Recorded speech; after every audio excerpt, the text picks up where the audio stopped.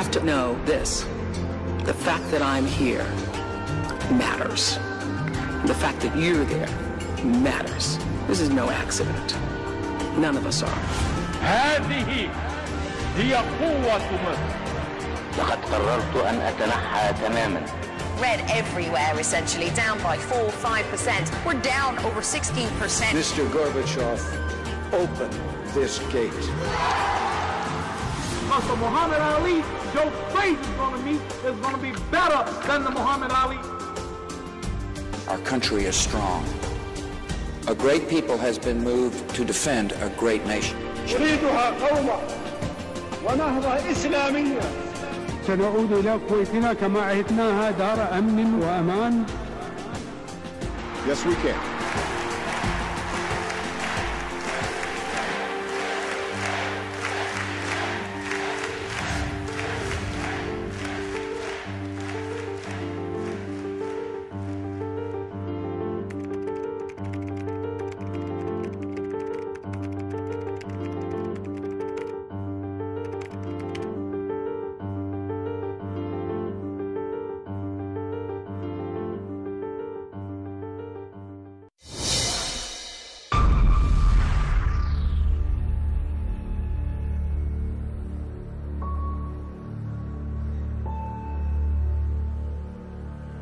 من كوالالمبور عاصمة ماليزيا.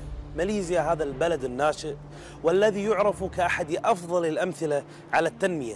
تعود هذه التنمية بفضل الله ثم بفضل رجل يطلق عليه الناس هنا التون الدكتور مهاتير محمد.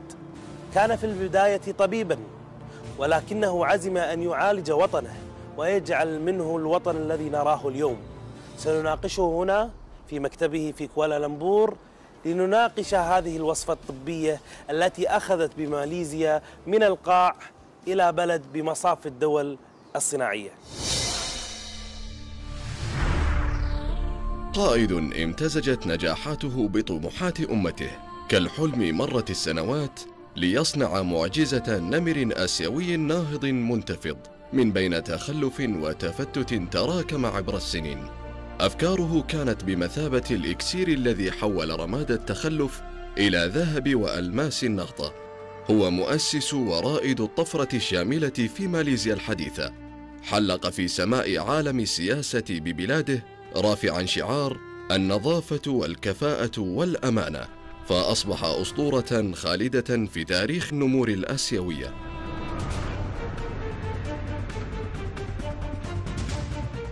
إنه الأسطورة والرمز، صاحب المعجزة الاقتصادية والنهضة الشاملة، رئيس وزراء ماليزيا السابق الدكتور مهاتير محمد.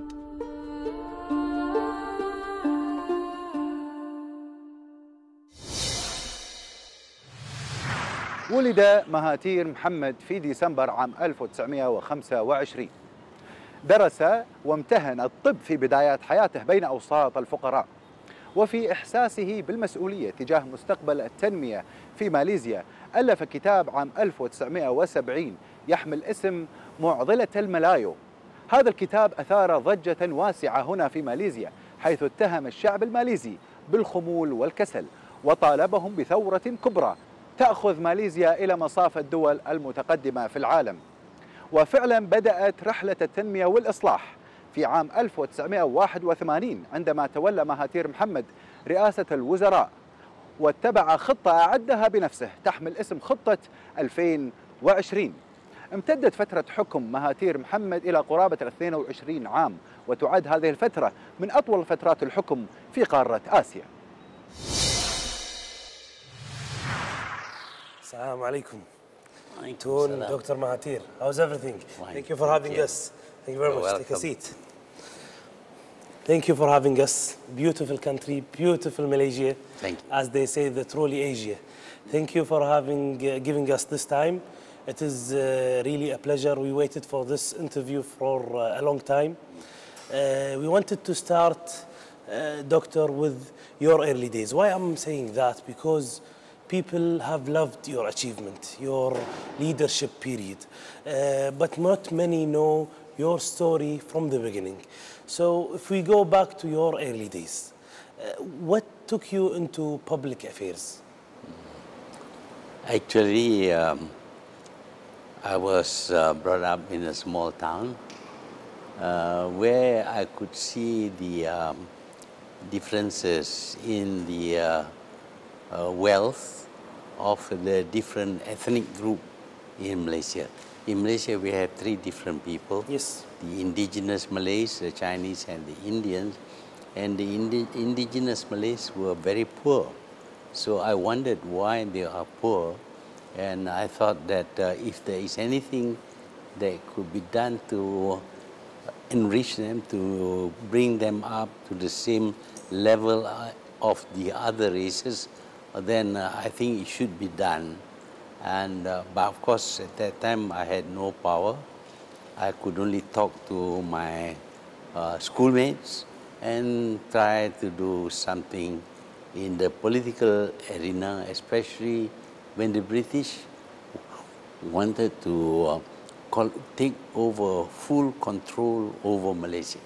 So that time we went to fight. So it's that feeling where you felt that people are not equal. Is that what dragged you into public affairs? Yes, inequality, extreme inequality within the different races living in Malaysia. And do you think equality is always leads to justice? Well, when you have a big difference between rich and poor, then the tendency is for confrontation between the poor and the rich, and this destabilizes the society. So it is good to be as nearly equal as possible so that the disparity doesn't create bad feelings between different people. You wrote articles from when you were in high school, and usually you do them with a different name. You studied then medicine. From politics to medicine, why medicine? Actually, I was more interested in politics than in medicine. But in order to be effective, I need to have some high level of education. And I was given a scholarship to study medicine. And I know that if I become a doctor, more people would listen to me than if I were just a schoolboy. Toon, you became a doctor. You practiced medicine for a year.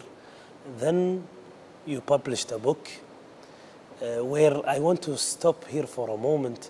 Usually any politician talks or says to the people what they want to hear. You said exactly the opposite. Why? Well, if you want to do something positive, you must be factual in what you say. If you see poverty, you must say it is poverty. And you must also know some ways of overcoming that poverty. But if you see people who are poor and you tell them you are rich, I think it's not going to solve any problem. It will make them very angry. So it's not that simple. You said to your people, some of your people, you're lazy. Even your books were stopped, not because you attacked the system, you attacked the people. It's not about only saying poor and rich. You said many things. What made you say that truth? I believe that people can only do well if they are hardworking, if they are honest, if they are very trustworthy, and people can believe what they say, then they will succeed. But I find that many people from my own community do not work hard enough, so I have to tell them you are lazy. And I have to tell them that you have to be honest, to be trustworthy, so that people will then do business with you, have something to do with you. But if you are not trustworthy, nobody will interact with you. But this is not the easiest way to power. You went to power in a very huge speed by saying the opposite. This is not how it is known about politicians. You know, some even Churchill says that You can't have a politician and a truthful guy in the same person. It is either this or that, but you break that law. What made you believe that by saying truth, you lead people? What gave you that trust? Well, everybody wants to have a good life, but they know they are not having a good life. And I have to tell them why they are not having a good life. What is wrong with them? What is wrong with their value system, their culture? And how can we change this if they want to have a good life? So I not only remark about their bad qualities, but also how they can overcome their present situation and become as good as other people. So they know that I criticize them because I want them to know what is wrong with them and how they can overcome their present position and be like other people. Tun, is the Tun, or did the Tun had a goal to lead this country from the beginning? Have you seen yourself as a leader of this country from the beginning? Well, I lived during the period when the British ruled Malaysia, and we were regarded as very lazy, stupid people. It's not something that we enjoy to be given such a description and to be looked down upon by the British as people who are not capable of ruling their own country. I feel that I am being insulted by them. So to overcome that, I feel that we should change and achieve success. Achieving success usually faces big problems that need solution, and whenever you reach those solutions, you achieve success like you did. But one of the main things that you faced is that, as you said in the beginning, Malaysia is break down into three different races that is spread all over Asia. How did you manage to bring them all together? You know, I think Malaysia has got indigenous people and people who migrate to Malaysia and became citizens of Malaysia. And these people who are successful, the migrants who are successful, know that they can only be successful if the country is at peace, is stable. I pointed out to them that this disparity between rich and poor, between different races, will lead to instability. And if it leads to instability, they will suffer, because then they cannot be successful in their business. Now, any leader might be hearing this interview would dream to reach what you reached as a leader. Would you tell him that a way to reach success is by convincing his own people, or he can force his people to success? Can he do that? What I find generally is that leaders who want to change their people and ensure success for their people are reluctant to criticize their own people, to tell their own people where they go wrong, what are the wrong values that holds them back. If you don't identify and tell people that they are doing the wrong things, you cannot correct. They will not accept your advice. You have to relate the wrong things with the level of success they achieve. If you point out that if they change and don't do the wrong things, don't have wrong values, then they themselves are quite capable of succeeding. Tun, when we talk about success here in this country, we refer to many things. You change this country from a country that depends on agriculture to a country that over 80% of its income comes from industry. You even change the salaries from a minimum wage of something around 600 or even less to thousands of dollars. That isn't easy. This is something that every society would dream to have a leader to do that. Tell us, what is the main success that you feel proud of? What is the main thing that you think that you gave Malaysia, the most important thing? Well, I feel that I have been able to keep this country stable and peaceful while improving their standards of living. Normally, if you try to change radically, people will not accept the change and the country will be destabilized, and an unstable country cannot make progress. So the main thing is stability in a country? Yes, stability is very important. But this is not what we are seeing now in the world. When people seek success, we lose stability because for the sake of success. So you're now changing the thing that we all say. So you're saying that we need to reach stability. How stability is important? Stability is important because if people feel that when they invest, for example, they will lose money because the country is not stable, they will not invest. So we point out to them that people will enjoy the benefits of investment, like creation of jobs, if they don't create problems. If they are forever fighting each other, people will not invest and there will be no jobs. So the country, they will feel the strain of living as poor people, and the country will not progress.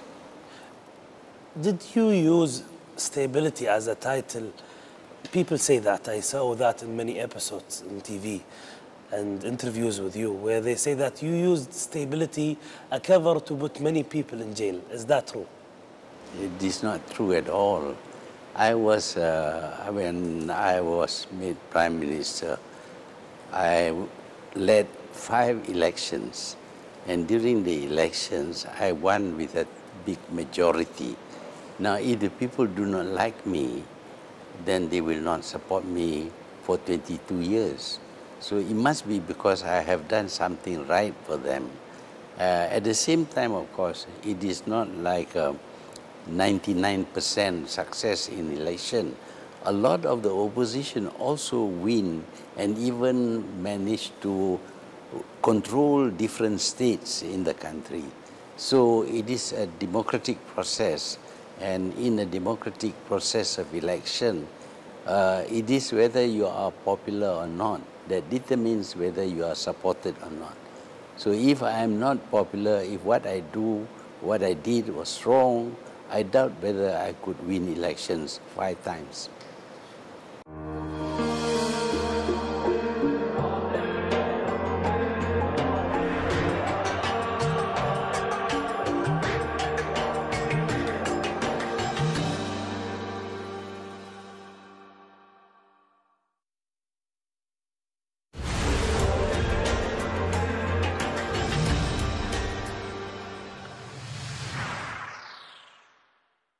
في 5:50 مساء من يوم 22 من يونيو عام 2002 كانت ماليزيا على موعد لم تشأ يوما أن تشهده، موعد كفراق الأب لأبنائه، موعد اتخذ فيه مهاتير محمد قرارا حاسما بالاستقالة من رئاسة الحزب الحاكم ورئاسة الوزراء.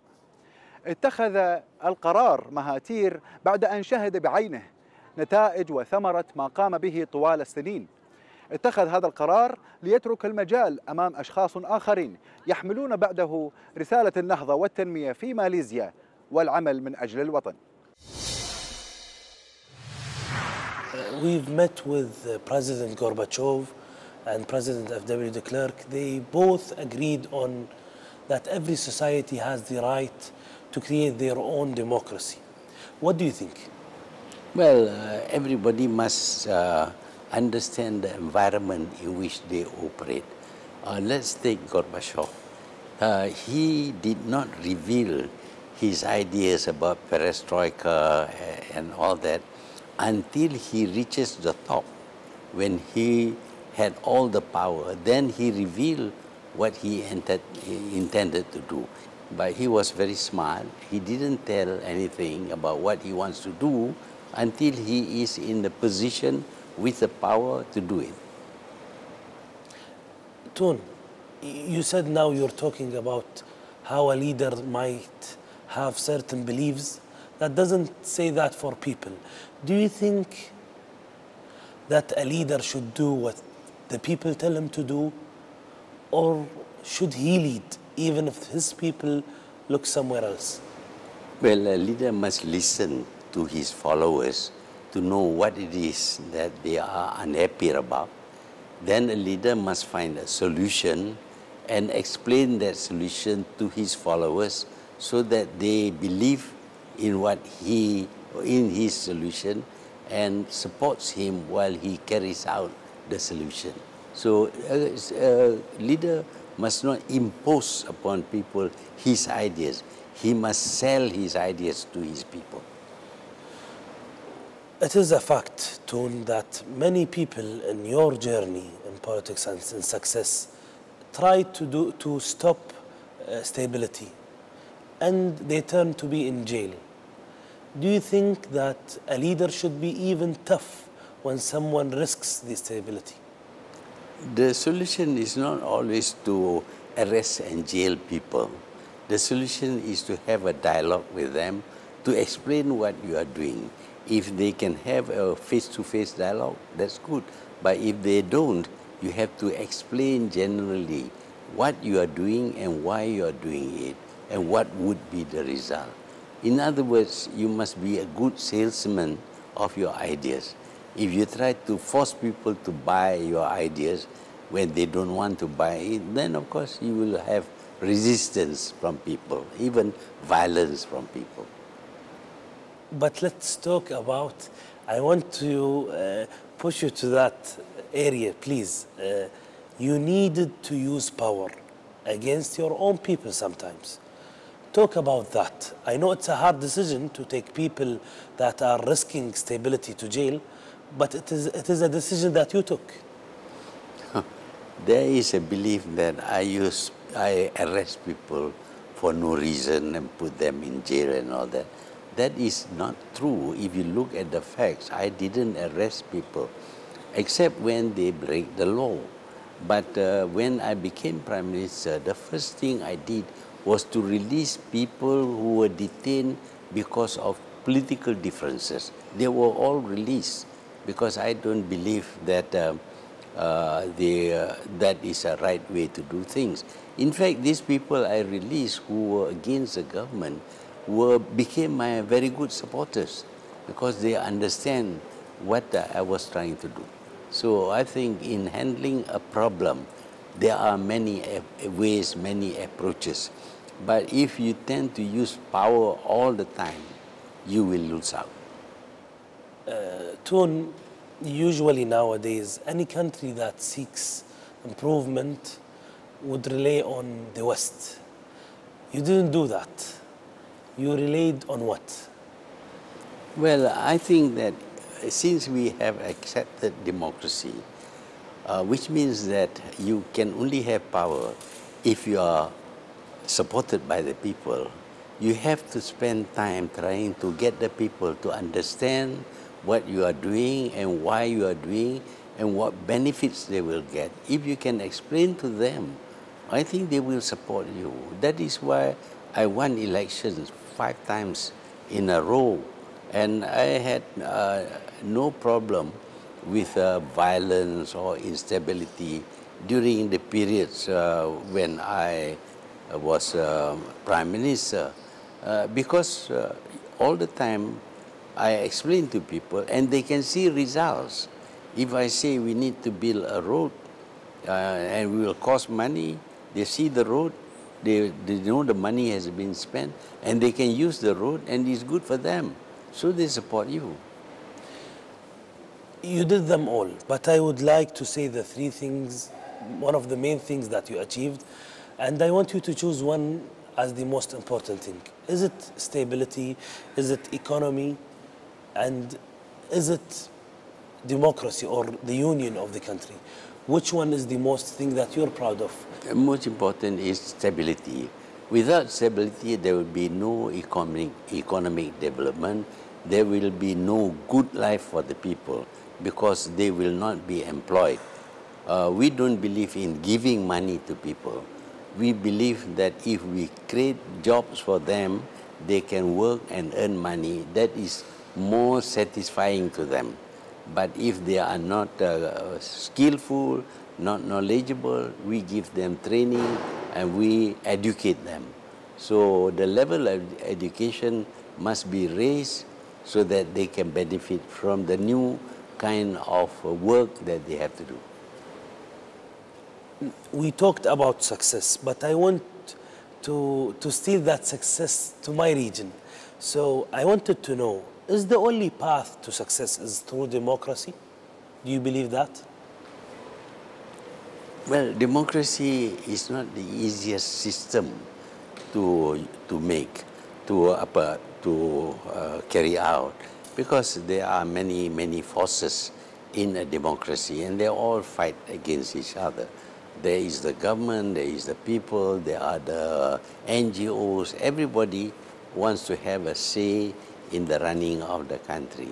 But if the government wants to stay in power, it must listen to the people and try to meet their interests as much as possible. At the same time, of course, the government must come up with ideas which are good for the country and which can be accepted by the people. Let me rephrase it. The West always say that the only path to success is democracy. What do you think? Do you agree with the West? Well, it is the best system of government that has ever been devised by man. Of course, there have been other systems like monarchies, and in the history of the world, you find some great monarchs who have done very good things for their country. But because of the absolute power, they are always open to abuses. But a democracy is good because if you abuse the power, you will be thrown out by the people. So in that sense, it is very good, but it is also a very difficult system to make to be used by any country. I had a chat yesterday with one businessman, a Chinese businessman here in Malaysia, and I told him, what's the best thing about your democracy? He said that usually in any democracy, change is always a must. Every 4 years, different people. He said that here we created our own democracy where we had a leader like Mehاتير, which led the country for 22 years. Don't that give us a clue that there is other different systems might lead a country to success? What do you think? Yeah, but the changes in the leadership, the ability to change the leader is very important. But it is not necessary that you change because you can change. In my case, if I perform well, they will continue to accept me as a leader. But if I fail, they will throw me out.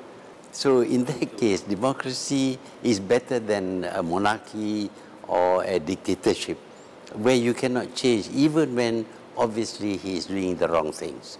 That is the good thing about democracy. Now, when we talk about the West, you have great point of views that I've read in your books and in your interviews. You always say, for example, or you're one of the few that says that America goes after Israel, not the other way around, for example, that America is, or the United States of America is led by Israel. Can you just explain that statement? Well, America claims to be a democracy.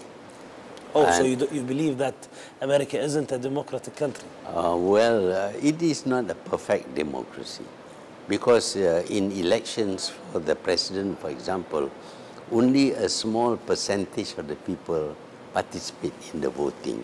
A large number of people do not vote at all, do not care to vote at all. So it is actually the decision of a small number of people. But while America believes in democracy for America, it doesn't believe in democracy for the United Nations, for example, or for the rest of the world. In fact, it wants to change government, not through democratic means.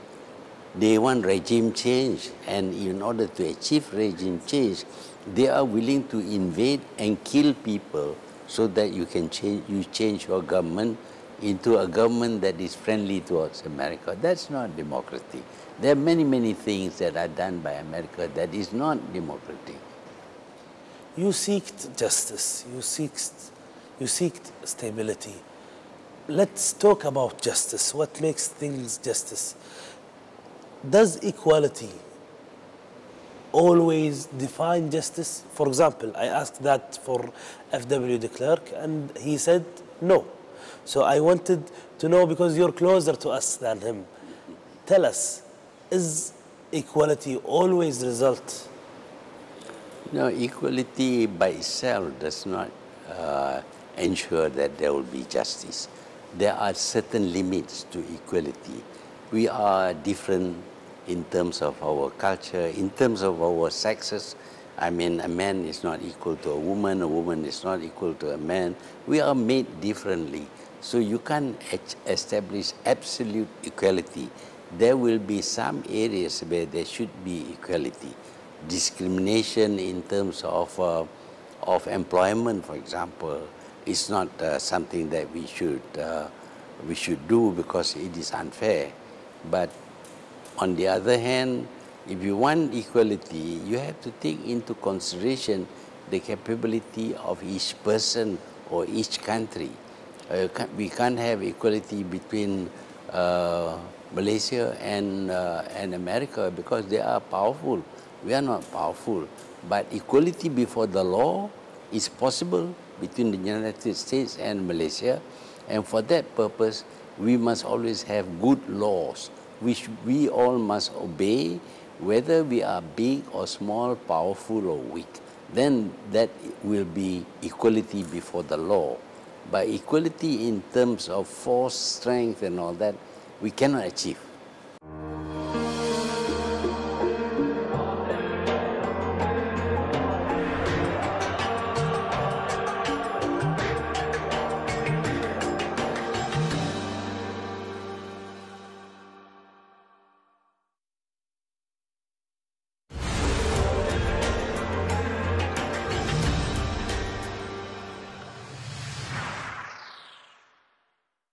هو قائد امتزجت نجاحاته بطموحات شعبه. سنوات مرت كالحلم ليصنع معجزة النمر الآسيوي المنتفض بعد سنوات متراكمة من الفشل. أفكاره كانت بمثابة السر الذي حول رماد الفشل إلى ذهب النهضة. هو مؤسس الحركة الاقتصادية الكبرى في ماليزيا، حلق في سماء السياسة رافعا شعار النظافة والكفاءة والأمانة، فأصبح بعد ذلك اسما خالدا في قارة آسيا. Do you think that the United Nations reflect justice?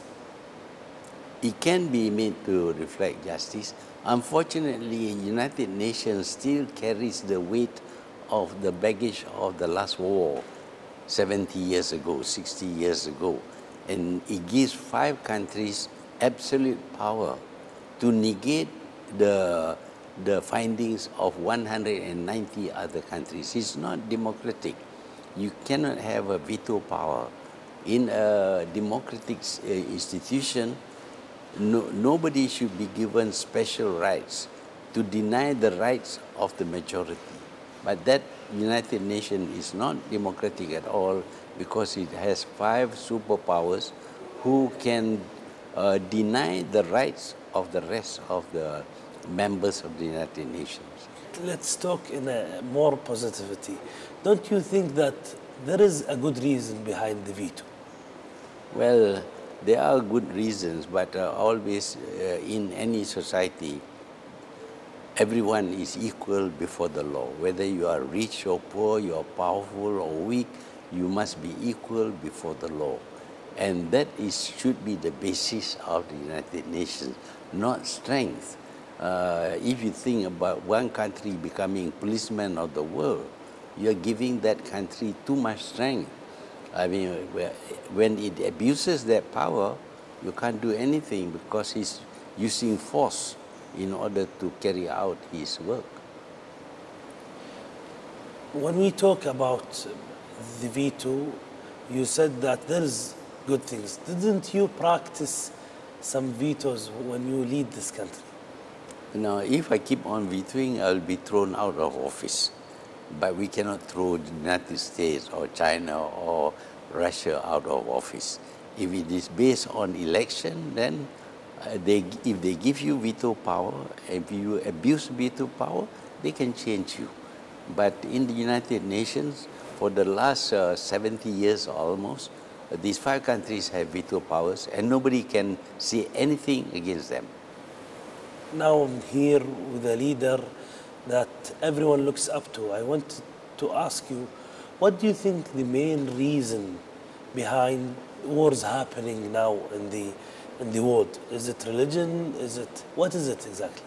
What is happening now is that the powerful countries, particularly the United States, wants to impose its system on the rest of the world. What system? Democracy? Well, what they call democracy.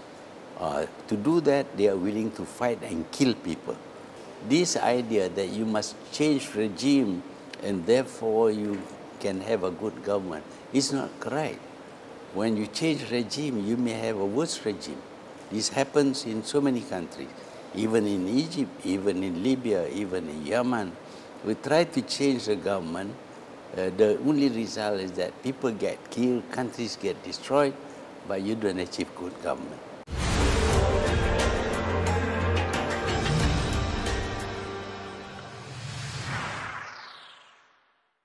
شهدت ماليزيا في عهد رئيس وزرائها السابق مهاتير محمد ثورة صناعية كبرى لا مثيل لها، حيث كانت في السابق بلد يعتمد اعتماد كلي على الزراعة وتصدير المواد الأولية. انتقلت بعد ذلك لتكون أحد الدول الصناعية الكبرى في العالم، حيث يمثل قطاع الصناعة في ماليزيا ما يقارب 90% من الناتج الإجمالي المحلي. ونتيجة طبيعية لكل هذا التطور فقد انخفضت نسبة البطالة من 52% من تعداد السكان عام 1970 إلى 5% فقط عام 2002. All those achievements, are they because of leadership or because of people? Well, leadership plays a role, but the quality of the people is also very important. The quality of the people really refers to the culture and the value system. If the value system is wrong, then you fail. And now we want to go through those different things.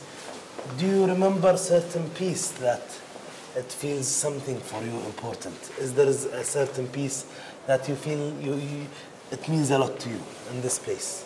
In this place, well, these are the gifts that are given to me, which is very satisfying. But all the gifts that are given to me, I give back to the government. I don't think. Even motor cars and things like that are given to me as free gifts by different companies and all that. They don't belong to me, they belong to the people. And so I return to the government. There are huge exhibition halls in Langkawi where all these gifts are for the people to look at. It's theirs, it's not mine. I saw many pictures here, but I didn't see the picture of the current Prime Minister. Why? There are pictures, but he has not retired yet. But the previous one is here, the picture. Okay. Now let's talk about the current Malaysia. You said in one of your interviews that you're not proud anymore of the Malaysia that you dreamed of. Yeah. Well, today, Malaysia has been listed as the 10 most corrupt countries in the world. And the Prime Minister of this country is accused of stealing money of the people. So I can't be proud of that. And do you think the solution comes from another leader, or should the people change the current situation of Malaysia? The leader must change. But the people generally, they are still the same people. They know what they have to do, but they are not free to do the right things. The situation in the country has deteriorated. The economy is not doing so well. And therefore the people, even if they have capability, they cannot succeed. You always say that not feeling proud of your country now is because of corruption. What is the main corruption, do you think, for a leader? Is it money? It's money, it's money. You see, the leader believes that with money he can become very popular by giving money to people. But he hasn't got the money to give to people. And therefore he has manipulated the government company he sets up so that the money goes into his account. And you said that even once, that you succeed in building Malaysia or Kuala Lumpur, but you didn't do that very well for the people. Do you think that you didn't have enough time to change people? No, what I said about the people is that I could not change their culture enough. They changed a little, but not enough. What change do you want more? Well, people must be hardworking, must be honest, must like to acquire new knowledge, new skills, must maintain the stability of this country, and many other things that will contribute towards progress and development of this country. You asked me before a minute ago in the break about Kuwait, and I answered you by saying that our issue that we're still relying on oil. And many other countries have announced, even in the GCC, that they'll be celebrating the last shipment of oil. And you replied with a perfect answer. Would you say that again? Well, you cannot put all your eggs in one basket, as they say, because if anything happens, then you have no other second chance. So what they call the different ways of doing things. Malaysia was like that before. We depended upon rubber and tin. But rubber and tin, sometimes the price goes down very low and we become very poor. So now we have decided that we should industrialize, so that through industry, which is all different kinds of industries, if anything goes wrong with one industry, the other industries are still doing well, so we won't suffer so much. So diversification of the economy is the theme of the development of Malaysia, which must get away from rubber, tin and palm oil into the industry, various kinds of industry, high-tech and ordinary production of simple products. All these things we must have the capacity to do in order to ensure that if anything happens to one industry, the other industries will be able to sustain the economic growth. Any message to Mehaatir or to Dr. Mehaatir to the youth in my region?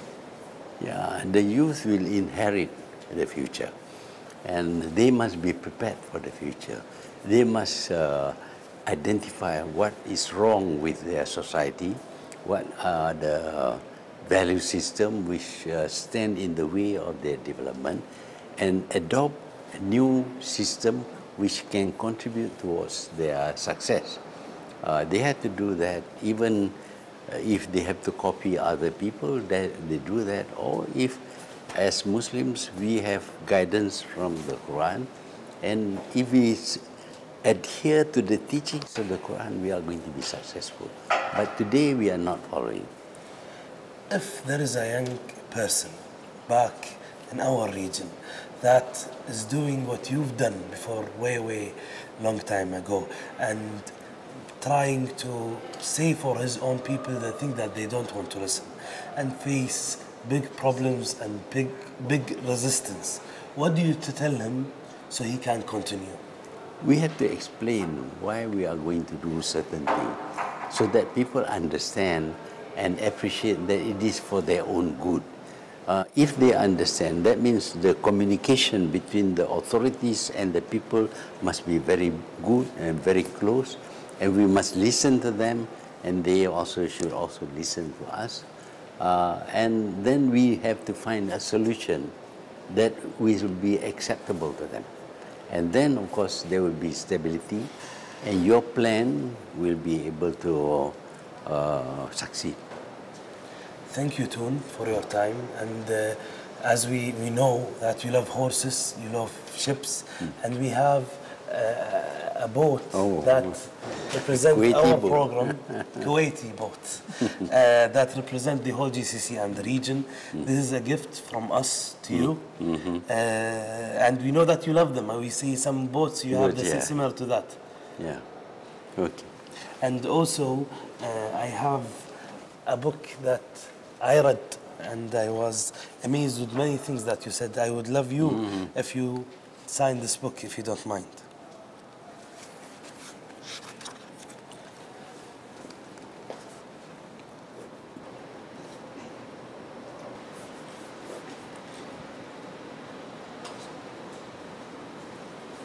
Thank you very much. You're welcome. Thank you for your time. We enjoyed it, and hopefully many people will be inspired with what you said. Thank you for your time. جرت العادة أن يحدث السياسيين قواعدهم بما يحبون أن يسمعون، ولكن مهاتير هو من كسر هذه القاعدة واتبع قاعدة إلهية، وهي لا يغير الله ما بقوم حتى يغيروا ما بأنفسهم، فواجههم بالحقيقة المرة وقال: أنتم كسالى، أنتم اتكاليون، فصدقوه وأحبوه بل اتبعوه، وبنهاية المطاف وصلوا لما وصلوا إليه. خيرته ما بين الثلاث، فاختار الاستقرار على الحرية وعلى الديمقراطية وعلى الاقتصاد. هكذا هي التنمية، هكذا هي فلسفتهم هنا، هكذا حازوا على التقدم. شكرا على المتابعة.